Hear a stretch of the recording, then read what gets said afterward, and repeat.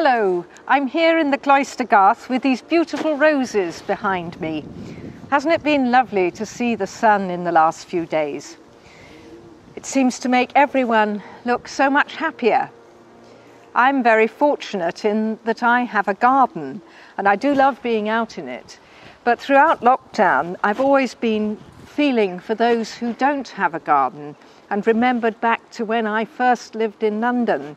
I enjoyed going to the local parks and being outside, looking at the flowers and the trees there. If lockdown has taught us one thing, it's been how much people value the outdoors, the open spaces, especially the parks and commons of our big cities. And I do hope that the local authorities now realise what a precious resource they are for people's well-being and make an effort to maintain them now and in the future. On Monday, I'd intended to spend a good part of the day in the garden, but in the afternoon, it was actually too hot. So I took it easy and then went out when the sun had moved round in the early evening and it was cooler. And that put me in mind of the creation story in Genesis chapters 2 and 3.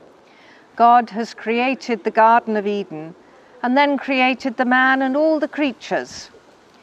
Then, recognizing the man's need for companionship, God creates the woman.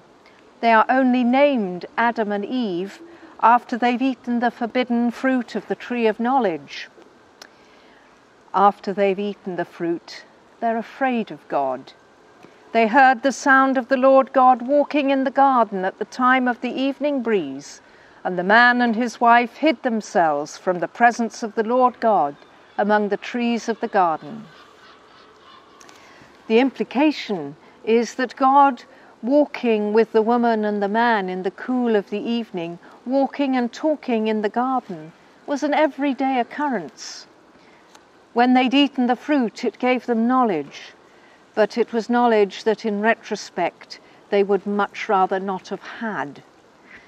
For it broke the relationship of friendship and trust they'd had with God. Their loss of innocence, what in theological terms we'd call the fall, meant that they never walked again with God in the garden at the time of the evening breeze. That relationship of friendship and trust with God was restored in Jesus. The events of Good Friday and Easter speak of Jesus through the cross, healing the wounds of the world, and through his resurrection, inaugurating a new creation. God in Jesus once more walked and talked with humanity in the garden of resurrection. And Mary Magdalene was the first to experience this healing of all creation.